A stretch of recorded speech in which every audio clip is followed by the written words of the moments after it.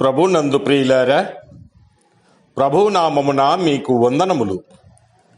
ఈరోజు దేవుని యొక్క వాక్య ధ్యానము ఆదికాండము 16వ అధ్యాయము 6వ వచనము.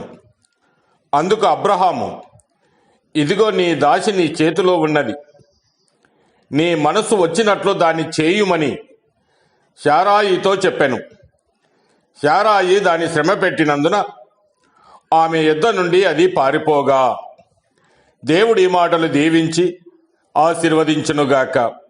గమనించండి ప్రియులారా, శారా యొక్క సలహాను బట్టి హాగరుతో అబ్రాహాము పోయినప్పుడు ఆమె గర్భవతి అయింది.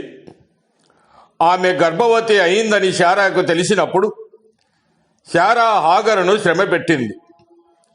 అందుచేత ఆమె అరణ్యములోనికి పారిపోతూ ఉండగా దేవుడు ఆమెను ఎదుర్కొన్నాడు. దేవుడు హాగరు పట్ల ఎటువంటి ఉద్దేశాలను కలిగి ఉన్నాడో మనకు ఇక్కడ అర్థమవుతుంది. మొదటగా నీవు ఎక్కడ ఉంటే క్షేమముగా ఉంటావో ఆయనకు తెలుసు. శారా పెట్టినటువంటి శ్రమను భరించలేక హాగరు పారిపోతున్నప్పుడు దేవుడు ఆమెను ఎదుర్కొని, నీ యజమానురాలి చేతి క్రింద నీవు అణిగియుండు అని చెప్పాడు. ఆమె శ్రమ పెడుతుంది కదా, అయినా ఎందుకు అక్కడికి అడగలేదు. అది దేవునికి తెలుసు. మనము ఎక్కడ ఉంటే క్షేమముగా ఉంటామో అక్కడ శ్రమ బాధ ఉండవచ్చు, కానీ దేవుడు తోడుగా ఉంటాడు.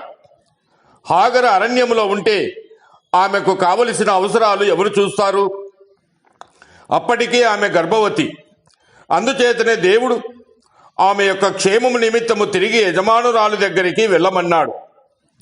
అలాగనే రెండవ విషయము, నీ మొరను వినే దేవుడు. హాగరు యొక్క మొరను దేవుడు విన్నాడు. ఆమెకున్న వేదనను బట్టి హృదయంలోనే మూలిగి ఉండవచ్చు. ఆమె మూలుగును సైతము దేవుడు విన్నాడు.